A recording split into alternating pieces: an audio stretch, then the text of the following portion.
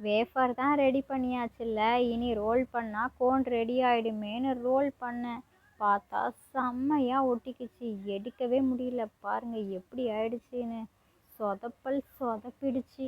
இருந்தாலும் விடுவோமா நாம்? திரும்பவும் ஒரு முறை ட்ரை பண்ணலாமேன்னு ப்ரௌன் கலர் எடுத்து வேஃபர் செய்யறதுக்கு ஸ்டார்ட் பண்ணிட்டேன். இப்போவாச்சும் நல்லா வரணும்னு ப்ரே பண்ணிக்கிட்டேனா. எண்ணம் போல் வாழ்க்கைன்னு சொல்லுவாங்கள்ல, அந்த எண்ணத்தில் தான் இப்போது கண்டிப்பாக நல்லா வந்துரும்ன்ட்டு ரொம்பவே கான்ஃபிடெண்ட்டாக செஞ்சிட்ருக்கிறேன். நம்மளே மோட்டிவேட் பண்ணாலே எல்லாமே பெஸ்ட்டாக தான் இருக்கும். பார்த்தீங்களா, சாஃப்டாக ரெடி ஆகிடுச்சு. ஏதோ தோசைக்கல் மாதிரி இருக்குது. இப்போது நம்ம ஆயுதத்தை எடுத்துருவோம். பிளாஸ்டிக் கத்தி இருக்குல்ல, அதை வச்சு நல்லா வரி வரியாக போட்டு விட்டுட்டா இன்னும் கொஞ்ச நேரத்தில் வேஃபர் ரெடி ஆகிடுமே. சாப்பிட்ணுன்னு ஆசையாக தான் இருக்குது ஐஸ்கிரீமு. இப்போது தான் அடிக்கடி மழை பெஞ்சிட்டே இருக்குல்ல, எங்கே ஐஸ்கிரீம் சாப்பிட முடியுது?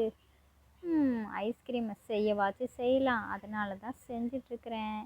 இந்த பக்கம் திருப்பி 4 நாளாக கோடு போட்டுக்க வேண்டியது தான். அவ்வளோதான், முடிஞ்சிடும் வேஃபரு. இதெல்லாம் ரொம்ப சிம்பிளுங்க. இப்போ நடுவில் கடிஜோக் சொன்னனே, அது எப்படி இருந்தது? குழந்தைங்கள்லாம் ரொம்ப ஈஸியாக டக்குன்னு செஞ்சுருவாங்க. அவங்களுக்கு இதில் இன்ட்ரெஸ்டெல்லாம் ஜாஸ்தியாக இருக்கும்.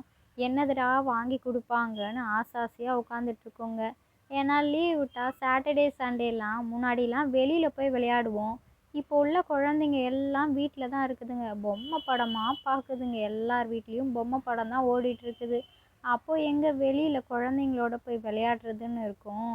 5 நாள் ஸ்கூலா, அவ்வளோதான். அதுக்கப்புறம் 2 நாள் எப்படி போகுதுன்னே தெரியல. எழுதுறது, படிக்கிறது, அது இதுன்னு ஆக்டிவிட்டி அவ்வளோ கொடுத்துட்றாங்களா, முடிச்சுட்டு ஸ்கூலுக்கு போகவும் கரெக்டாக இருக்குது.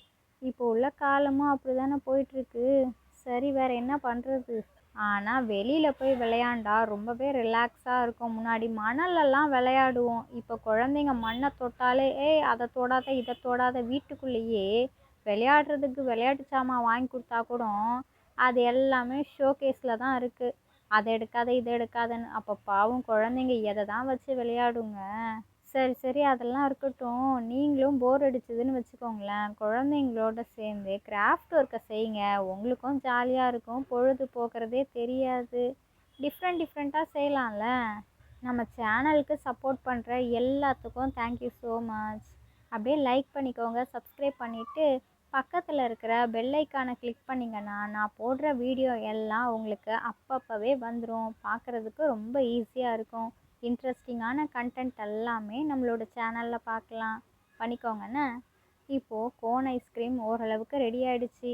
பட்டர்ஸ்காட்ச்னால் நல்லா இருக்குமேன்னு சொல்லிட்டு தான் எல்லோ கலர் எடுத்து அதில் மேலே ஐஸ்கிரீம் செஞ்சு இந்த வேஃபர் கோனில் ரெடி பண்ணியாச்சு. இன்னும் ஒன்று பிங்க் கலரில் அதுவும் வச்சோன்னா இன்னும் ரொம்ப அழகாக தெரியுமேன்றதுக்காக பிங்க் கலர் க்ளே எடுத்தாச்சு. அவ்வளோதான், அதை மட்டும் முடிச்சிட்டா கோன் ஐஸ்கிரீம் பக்காவாக ரெடி ஆகிடும். ஃபாஸ்ட்டாக முடிஞ்சிருது. 5 மினிட்ஸ் கூட ஆகுமா என்னன்னு தெரியல. நான் செய்யும் பொழுது ரொம்ப சீக்கிரமாக முடிஞ்சிருச்சு. இது எல்லாம் செஞ்ச மாதிரியே தெரியல. இப்போது இதில் கொஞ்சம் ஈரப்பதமாக இருக்குல்ல, காஞ்சதுக்கப்புறம் ரொம்ப லேசாக பஞ்சு மாதிரி இருக்குது. அப்படியே காற்றுல பறக்கும் போல் அந்த அளவுக்கு சாஃப்டாக இருக்குது. ரொம்ப லேசாக இருக்குது, வெயிட்லெஸ்ஸாக. அப்புறம் உங்களோட ஃபேவரட் ஐஸ்கிரீம் என்னென்னு கமெண்டில் சொல்லுங்கள். ஐஸ்கிரீமே பிடிக்காதுன்னு சிலர் இருப்பாங்கள்ல, இல்லைன்னா ஐஸ்கிரீமை அப்படியே மில்க் ஷேக் மாதிரி மெல்ட் ஆகிற வரைக்கும் வெயிட் பண்ணிகிட்டே இருந்து சாப்பிடுவாங்க பாருங்கள், அது மாதிரியும் சிலர் இருக்கிறாங்க. நீங்கள் இதில் எப்படின்னு கமெண்டில் சொல்லுங்கள். மறக்காமல் உங்களோட ஃபேவரட் ஐஸ்கிரீம் என்னன்னு சொல்லிட்டு போயிடுங்கண்ணே. அவ்வளோதான். டாட்டா பாய்.